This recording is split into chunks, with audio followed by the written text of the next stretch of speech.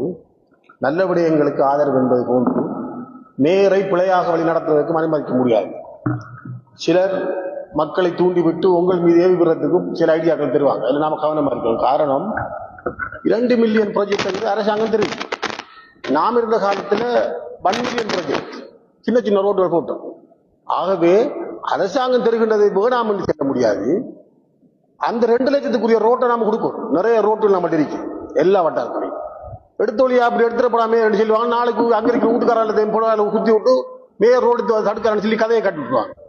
அது உங்கள் மீதே மாறி வீசக்கூடியதா வந்துடும். ஆகவே 20 லட்சம் ப்ராஜெக்டுக்குரிய பாதைகளை நாம் அடையாளம் கண்டு கொடுத்து அவைகளைத்தான் போட வைக்க வேண்டும். அதை முற்றாக மறக்க முடியாது. மற்ற ஆர்டிஎஸ்ல போறது நம்மளுக்கு தெரியும். எத்தனை பேர் இரவோட இரவாக சங்கங்கள் உருவாக்கி அதில் போட்டு தான் வேலை செஞ்சு நம்ம நஜிமுடி மெம்பர் அவர்கள் ஆர்டிஎஸ் கூட வேலை செஞ்சு. ஆகவே ஆர்டிஎஸ்க்கு வாரது அதுலாம் வந்து டெண்டர் போட்டோம்டா 100 ரூபாய்க்கு செய்யற வேலையை குறைச்சி கொண்டாந்து எடுப்பாங்க. எப்படி நினைச்சுன்னா 50 ரூபாய்க்கு. அதை விட ஆர்டிஎஸ்ல போட்டு செய்யறது நல்ல. ஆகவே நல்ல விடயங்களை பிழையாக வழி நடத்திவிடக்கூடாது என்பதற்காக கௌரவ மேயர் அவர்களே இந்த கருத்தை நான் பதிவு செய்தேன்.